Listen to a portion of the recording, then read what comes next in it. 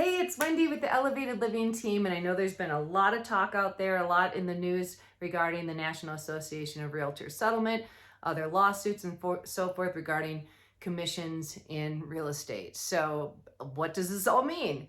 Well, for the past 23 years that I've been selling real estate, commissions have always been negotiable. There's never been a set or standard commission amount, rate, and so forth. So, what's the big change? The biggest change is how a buyer's agent will be paid. Ultimately, the buyer's agent commission will be the responsibility of the buyer.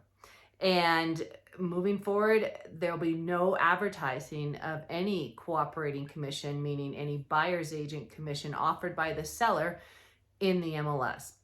Now, a seller can still offer a cooperating commission to a buyer's agent, and a buyer can direct their agent to ask for their buyer's agent commission to be paid by the seller.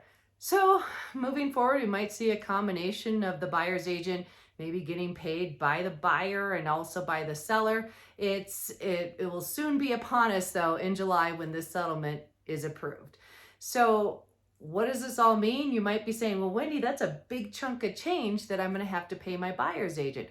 Well, purchasing one of possibly the biggest asset or one of the biggest assets in your portfolio, you want to be represented. A good example is when National Association of Realtors has a statistics that shows that sellers who are not professionally represented for sale by owners on average sell their homes for $95,000 less than the average. So professional representation is important. The seller's agent is there to get the highest and best price for their seller. So you want to work with a buyer's agent, and buyer's agents do a lot. Before you even see a home, they're already doing research for you on the market, list price to sale price, what homes have been selling for. Are there homeowners association dues? Are there transfer fees? Are there any special assessments forthcoming? In this area, is this a zone or a complex that allows for short-term rentals? What on average are short-term rentals doing in that complex or in that neighborhood? Is there any potential for more new development in that area? And that's before you even get in the car, right? And once you find a home that you fall in love with, they're there to help you negotiate the best price and terms.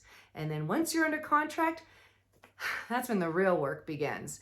They're working closely with your lender, with the scheduling the appraisal, inspections such as well, septic, roof, going through those reports with you so that you understand any red flags or forthcoming costs that you may incur.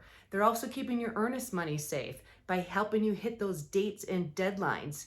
And during all your due diligence, whether it be a homeowners association document review, title review, what have you.